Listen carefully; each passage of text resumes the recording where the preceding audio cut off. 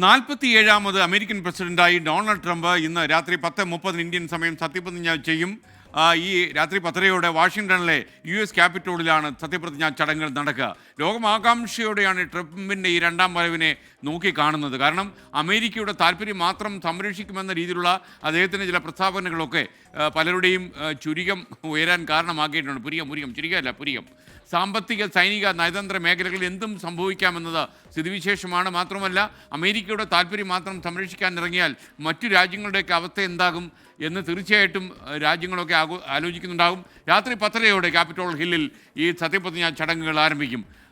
ന്യൂജേഴ്സിയിൽ നിന്ന്, അമേരിക്കയിൽ നിന്ന് മധു കൊട്ടാരക്കര തത്സമയം ചേരുകയാണ്. മധു, യഥാർത്ഥത്തിൽ ഇന്ന് ലോകം വളരെ ശ്രദ്ധിക്കുന്ന ഒരു കാര്യമാണ്. ഇപ്പോൾ ഇനി ലോകരാഷ്ട്രീയത്തിൽ അമേരിക്കയുടെ ഇടപെടൽ എത്രമാത്രം വരെ ഉണ്ടാകും എന്നതാണ് നമുക്കറിയേണ്ട കാര്യം. മാത്രമല്ല, പ്രവചനാതീതനായ ഒരു വ്യക്തിപ്രഭാവം കാത്തു സൂക്ഷിക്കുന്ന ഡൊണാൾഡ് ട്രംപ് എങ്ങനെയായിരിക്കും പെരുമാറുക എന്നുള്ളത് വരുന്ന ദിവസങ്ങളിലായിരിക്കും നമുക്ക് കാണാൻ കഴിയും. എന്തായാലും ഇന്ന് 10:30 സത്യപ്രതിജ്ഞാ ചടങ്ങുകൾ നടക്കും. എങ്ങനെയായിരിക്കും അമേരിക്കയിൽ നമ്മൾ ഈ കാര്യങ്ങളൊക്കെ റിപ്പോർട്ട് ചെയ്യുക? അതുകൂടെ ആദ്യം പറഞ്ഞിട്ട് ഈ അദ്ദേഹത്തിൻ്റെ രണ്ടാം വരവിനെ കുറിച്ച് പറയൂ. ഗുഡ് മോർണിംഗ് എസ് കെ പറഞ്ഞതുപോലെ അമേരിക്ക മാത്രമല്ല ലോകം മുഴുവൻ ഉറ്റുനോക്കിയിരിക്കുകയാണ് ഡൊണാൾഡ് ട്രംപ് രണ്ടാമത് അധികാരമേൽക്കുമ്പോൾ. കാര്യം അമേരിക്കയുടെ വിദേശ നയങ്ങളിൽ തന്നെ വലിയ മാറ്റങ്ങൾ ഉണ്ടാകുമെന്നുള്ള ഒരു പ്രതീക്ഷ അമേരിക്കയ്ക്ക് ഉള്ളിൽ തന്നെ വെച്ച് പുലർത്തുന്നുണ്ട്. അമേരിക്കയുടെ 47ാമത് പ്രസിഡന്റായി ഡൊണാൾഡ് ട്രംപ് അധികാരമേൽക്കുവാൻ ഇനിയും ഏതാനും മിനിറ്റുകൾ മാത്രമാണുള്ളത്. ഇന്ത്യൻ സമയം 10:00 കൂടിയാണ് അധികാരം ഏറ്റെടുക്കുക. ഇന്ന് രാവിലെ സെയിന്റ് ജോൺസ് ചർച്ചിൽ നടന്ന പ്രാർത്ഥനാ ചടങ്ങിൽ ഡൊണാൾഡ് ട്രംപും അദ്ദേഹത്തിന്റെ പത്നി മെലനിയ ട്രംപും പങ്കെടുത്തു. ഈ രാവിലെ അധികാരം ഏറ്റെടുക്കുന്നതിന് മുന്നേ അമേരിക്കൻ പ്രസിഡന്റുമാർ ഇങ്ങനെ ദേവാലയത്തിൽ പ്രാർത്ഥനയിൽ പങ്കെടുക്കുന്ന ഒരു ചടങ്ങുണ്ട്. 1933 ഫ്രാങ്ക്ലിൻ റൂസ്വെൽറ്റിന്റെ കാലഘട്ടത്തിലാണ് ഇത് തുടങ്ങിയത്.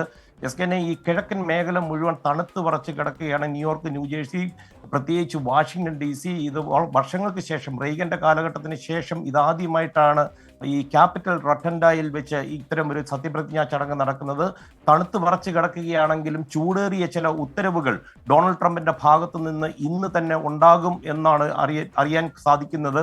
പ്രത്യേകിച്ച് അനധികൃത കുടിയേറ്റക്കാരെ ഒഴിപ്പിക്കുവാനുള്ള 10 എക്സിക്യൂട്ടീവ് ഓർഡേഴ്സിലെങ്കിലും ഡൊണാൾഡ് ട്രംപ് ഇന്ന് ഒപ്പുവെക്കും. അതുപോലെ ക്യാപിറ്റോൾ ഹിൽ കലാപത്തിൽ പങ്കെടുത്തവരെ വിട്ടയക്കുന്ന, പൊതുമാപ്പ് നൽകുന്ന ഉത്തരവിലും ഡൊണാൾഡ് ട്രംപ് ഒപ്പുവെക്കാനുള്ള സാധ്യതയുണ്ട്.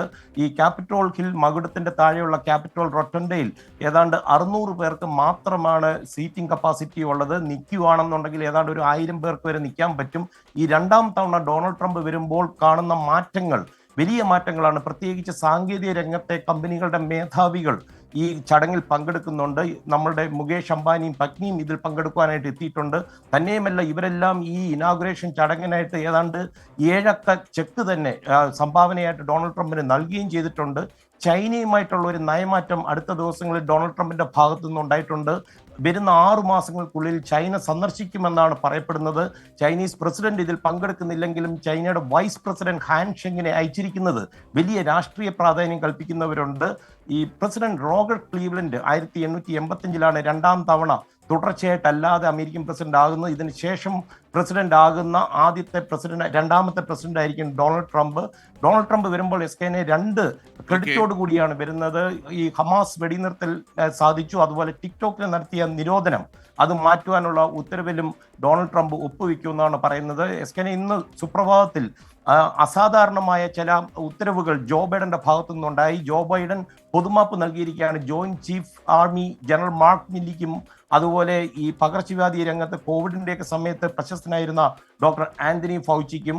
എസ്കെനെ JD വാൻസും ഉഷ ചിലുക്കുരി വാൻസും അല്പസമയം മുമ്പ് വൈറ്റ് ഹൗസിലെത്തി. അതുപോലെ ട്രംപും എത്തിക്കഴിഞ്ഞിട്ടുണ്ട്.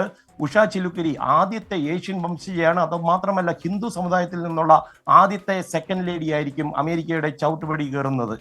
ഓക്കെ, താങ്ക് യു മധു കൊട്ടാരക്കര. ഇന്ന് ഡൊണാൾഡ് ട്രംപ് ഇന്ത്യൻ സമയം രാത്രി 10:30 മണിക്കാണ് വാഷിംഗ്ടൺ DC ക്യാപിറ്റോൾ ഹില്ലിൽ സത്യപ്രതിജ്ഞ ചെയ്യുന്നത്. ഇതിൻ്റെ തത്സമയം നമ്മുടെ ചാനൽ സംപ്രേഷണം ചെയ്യും 24. അതേപോലെ 9:30 മണി മുതൽ PP ജെയിംസ്, മധു കൊട്ടാരക്കര, KR ഗോപികൃഷ്ണൻ, പ്രജൻസി കണ്ണൻ തുടങ്ങി അതുപോലെ കൃഷ്ണ ചെറിയാൻ, ഇവരെല്ലാവരും ഉൾപ്പെടുന്ന ഒരു വലിയ സംഘം അണിനിരക്കുന്നുണ്ട്. 9:30 മണി മുതൽ ലോകത്ത് സംഭവിക്കുന്ന ഏറ്റവും വലിയ ഈ അന്താരാഷ്ട്ര സംഭവം ജനങ്ങളിൽ അതിൻ്റെ ചൂടും ചൂരും ചോരാതെ എത്തിക്കാൻ വേണ്ടി.